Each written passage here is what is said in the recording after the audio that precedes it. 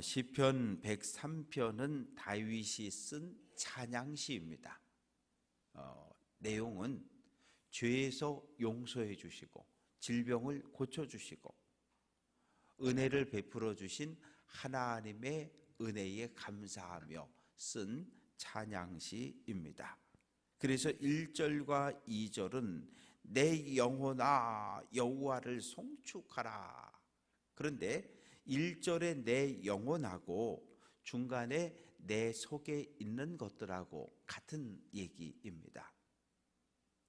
이 구약 성경은 철저하게 히브리인의 사고를 가지고 쓰여졌어요.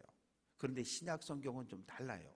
왜냐하면 신약 성경을 썼던 시대에 살았던 사람들은 헬라 철학의 영향을 받았어요. 그래서 헬라 철학은 뭐든지 둘로 나누어 놓습니다. 성과 속, 거룩한 곳이 있고 속된 곳이 있다. 영원한 것이 있고 유한한 것이 있다. 영혼이 있고 육체가 있다. 그 사람을 그 헬라 철학은 몸, 영혼, 또 셋으로 나눌 때는 몸과 영과 혼, 셋으로 쪼개버렸어요. 그런데 우리가 우리 몸을 어떻게 쪼갭니까? 우리 몸을 육체, 그러면 영혼은 어떻게 설명을 할 거예요?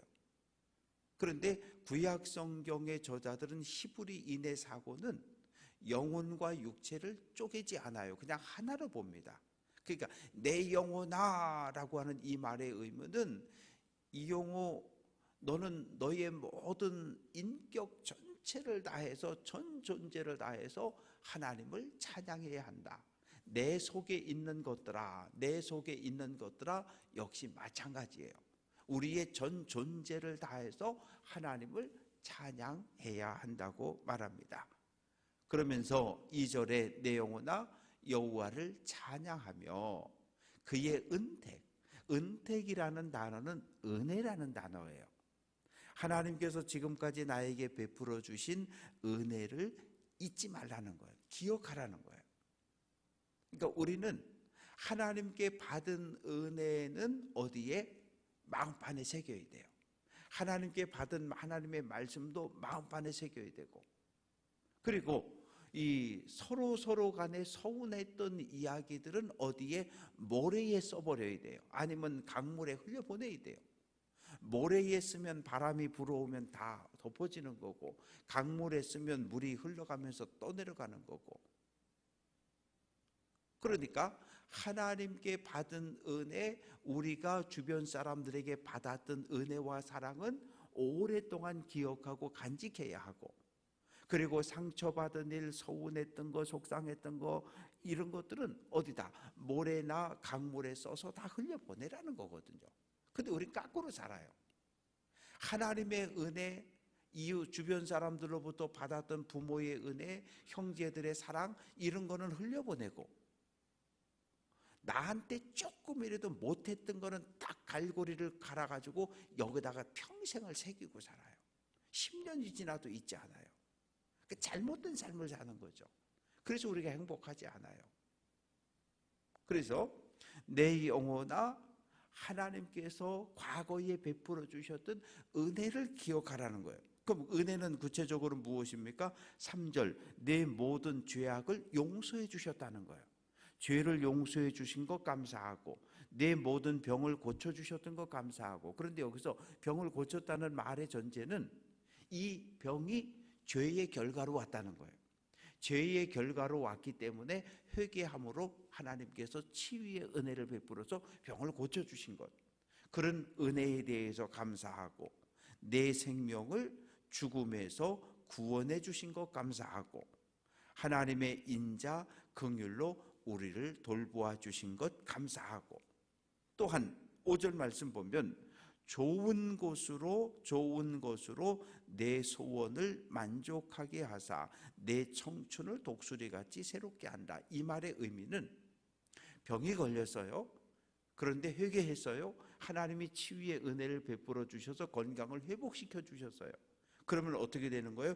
독수리같이, 여기서 말하는 독수리는 하늘을 날아가는 아주 강함과 건강함의 상징인데, 하나님께서 우리의 몸을 연약함에서 건강하게 회복시켜 주신 것에 대해서 감사하라고 말합니다. 그러면서 하나님이 행하셨던 공의로운 일들에 대해 이야기하는데, 하나님은 이제까지 우리 민족에게 나의 삶에 공의로운 일을 행하셨는데, 구체적으로 7절, 그의 행위를 모세에게, 그의 행사를 이스라엘 자손에게 알렸다. 뭐예요? 출애굽입니다. 애굽에서 바로에게 짓눌렸던 이스라엘 민족을 하나님께서 해방시켜 주셨고, 또 8절 말씀 보면 하나님은 긍휼이 많으시고 은혜로우시고 노하기를 더디하시고 인자하심이 풍부하시다. 긍휼, 은혜, 인자, 이것은 하나님의 속성들입니다. 그러면서 9절 말씀 보면 자주 경책하지 아니하시고 노를 영원히 품지 않는다. 자주 경책하지 않는다는 얘기는 내가 하나님 앞에 율법을 범해서 죄를 지을 때마다 한 대씩 때리지 않는다는 얘기예요. 쌓아놓는다는 얘기예요. 그리고 더 놀라운 것은 10절, 우리의 죄를 따라 우리를 처벌하지는 아니하시며, 우리가 지은 죄만큼 때리시면 우리는 죽어요. 내가 지은 죄만큼 하나님 때리시면 우리는 견딜 수가 없어요.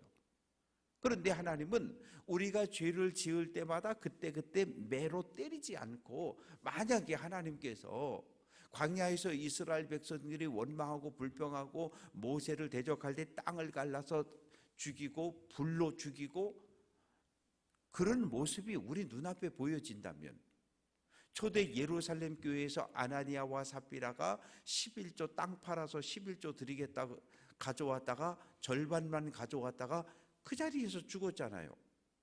만약에 우리가 죄를 지을 때마다 하나님이 우리를 벌 주시고 우리를 때리시면 하나님 앞에 살아남을 사람이 아무도 없어요. 근데 하나님은 그렇게 안 한다는 거예요. 우리가 죄를 지어도 기다리신다는 거예요. 뭐 할 때? 회개할 때를. 그래서 우리가 꼭 기억해야 하는 건, 죄를 지어서 벌을 받는 것이 아니고 죄를 지어서 심판받는 것이 아니에요. 죄를 짓고 회개하지 않기 때문에 벌을 받는 거예요. 그래서 우리는 똑같이 죄를 짓는데 다윗은 회개에 아주 회개하는데 천재예요. 죄를 짓고 내가 죄를 지었구나, 그 자리에서 무릎 꿇는 사람이 다윗이에요. 그러나 악한 사람은 죄를 짓고도 인정하지 않아. 누구처럼? 아합이나 이세벨처럼. 그래서 계속 죄를 쌓아가는 거예요. 하나님의 은혜는 우리가 죄를 지은 만큼 벌 주지 않는다는 거예요. 10개 벌을 지어도 딱 3대만 때리신다는 거예요. 10대를 때려야 되는데, 왜? 10대 때리면 죽으니까 3대만 때리신다는 거예요. 왜 그렇습니까? 하늘이 땅에서 높음같이 하늘과 땅은 이거 안 되잖아요. 그런데 하나님의 우리를 향한 자비, 인자가 이렇게 크다는 거예요. 동이 서에서 먼 것 같이, 동과 서는 만날 수가 없어요. 하나님께서 우리가 지은 이 죄악을 멀리 던져버렸다는 거예요. 다시는 우리가 죄에 가까이 가지 않도록. 죄와 우리를 완전히 하나님께서 분리시켰다는 거예요. 뭐하게? 하나님의 은혜 안에서 거룩한 삶을 살아가도록. 마치 아버지가 자식을 긍휼히 여김같이. 많은 그 기사들 중에 미담이라고 하는 것들은 무엇입니까? 어느 아들이 아버지에게 간을 떼어서 이식해 주었다. 왜? 부모가 자식에게 사랑을, 은혜를 베푸는 건 그건 미담이라고 말하지도 않아요. 왜? 당연한 거라고 생각하니까. 생명이 아버지에게서 아들에게로 흘러갔으니까. 그런데 자녀가 자기 간이나 폐를 떼어서 부모에게 주는 것을, 그 요즘은 대소특필이에요. 왜? 희귀한 일이니까 잘 안 하려고 그러거든요. 부모하고 자식이 이렇게 달라요. 그러니까 아버지가 자식을 긍휼히 여기는 것처럼 하늘 아버지께서 하나님의 백성을 돌보고 보호하신다는 거예요. 왜? 우리의 연약함을 아시기 때문에. 우리의 연약함은 어떤 연약함입니까? 14절 말씀 보면 우리가 단지 먼지, 티끌뿐임을 아셨다. 왜? 우리는 흙으로 만들어진 존재이기 때문에. 흙이라고 하는 건 생기가 빠져나가면 죽는 거거든요. 그렇게 연약한 존재. 그리고 인생은 그날이 풀과 같으며 그 영화가 들의 꽃과 같도다.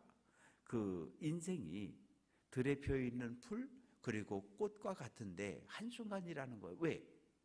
16절 바람이 지나가면 동쪽에서 불어오는 아라비아 사막 쪽에서 불어오는 뜨거운 바람은 모든 걸 다 말려 죽입니다.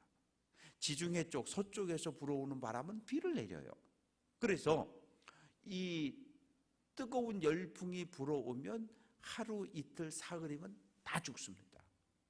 그러면 어떻게 되는 거예요? 16절 말씀 보면 그것은 바람이 지나가면 없어지나니 그 있던 자리도 다시 알지 못한다. 꽃밭이 확 피었었다는 사실을 기억할 수 없을 정도로 싹 마르고 죽어버립니다. 동풍이 불어오면. 그만큼 연약한 존재라는 것을 우리에게 알려주고요. 그래서 17절 18절 말씀 보면 하나님의 사랑, 인자하심, 인자는 사랑이라는 표현인데 하나님의 사랑, 인자는 하나님을 경외, 하나님을 두려워하고 하나님을 예배하는 사람에게 영원부터 영원까지 대대 후손에게서 후손에게로 계속해서 이어지는데 어떤 사람입니까? 18절 그의 언약 하나님의 말씀을 지키고 하나님의 법을 기억하고 행하는 사람에게 하나님의 자비와 긍휼은 사랑은 끝없이 이어진다고 약속을 하십니다. 그리고 이제 19절부터 22절까지 말씀 속에 하나님을 찬양하라고 명령합니다. 왜 하나님을 찬양해야 합니까? 하나님이 하나님의 보좌를 하늘에 두셨어요. 셋째 하늘에. 첫째 하늘, 둘째 하늘, 셋째 하늘에 하나님의 보좌를 두셨고 그리고 하나님은 그곳에서 이 땅 전체 만유라고 하는 것은 하늘과 땅 사이에 있는 모든 피조 세계를 하나님께서 다스리신다는 거예요. 뭘로? 하나님이 가지고 있는 왕의 권한을 가지고. 그래서 20절 말씀 보면 능력이 있어 여호와의 말씀을 행하며 그의 말씀의 소리를 듣는 여호와의 천사들이여. 여호와의 천사는 뭐 하는 사람들입니까? 하나님의 보좌 주변에 있으면서 하나님의 말씀이 떨어지면 즉시 달려나가서 하나님의 명령을 이행하는 사람들이 천사고, 그리고 21절 하나님을 수종들며 하나님의 뜻을 행하는 모든 천군이여. 천사는 한 사람, 천사 하나하나를 이야기한다면 천군이라고 하는 것은 요즘 말로 하면 천사가 100명, 중대 대대만큼 이렇게 무리지어 있는 것을 천군이라고, 천사들의 군대 이런 표현을 사용을 했는데 모두 다 어떻게 하라고요? 하나님을 찬양하라고 명령합니다. 그러니 하늘과 땅 사이에 있는 천사들도 천군들도 그리고 이 땅에 있는 모든 피조세계도 하나님의 형상대로 창조함을 받고 오늘도 하나님의 은혜 안에 살아가는 우리들도 하나님을 찬양하고 하나님께 받은 은혜를 기억하며 늘 감사하며 찬양하는 삶을 살아가라고 명령합니다. 물론 때로 우리가 정말 하나님을 찬양할 수 없을 때도 있어요. 왜? 우리가 인생의 믿음의 길 걸어가다 고난을 만났을 때. 그러나 그런 상황에서도 다윗은 하나님을 찬양했어요. 어떻게? 과거에 베풀어 주신 하나님의 은혜를 기억하며 떠올리며 감사하고 찬양했고 오늘 내가 당하는 이 고난과 현실만 쳐다보면 우리는 찬양을 할 수 없어요. 그러나 하나님께서 나의 삶에 베풀어 주셨던 과거의 모든 삶을 다 돌아보면 우리는 고난 속에서도 하나님을 찬양할 수 있습니다. 누구처럼? 바울과 실라처럼. 매를 맞고 지하 감옥에 갇혀서 온몸의 통증과 고통이 오고 있지만 뭐합니까? 밤새도록 기도하고 하나님을 찬양했다. 누가 듣습니까? 죄인들이, 간수들이. 그래서 그곳에 빌립보 감옥에서 예수 믿는 놀라운 역사가 일어나잖아요. 바라고 소망하는 것은 오늘 한 날 믿음의 길을 걸어가면서 하나님의 은혜를 기억하고 오늘 내가 힘들어도 과거에 베풀어 주신 하나님의 은혜, 마음판에 새겨진 하나님의 은혜를 하나하나 꺼내 올리면서 하나님을 찬양하고 감사할 수 있는 귀한 성도들 될 수 있기를 주님의 이름으로 축원합니다.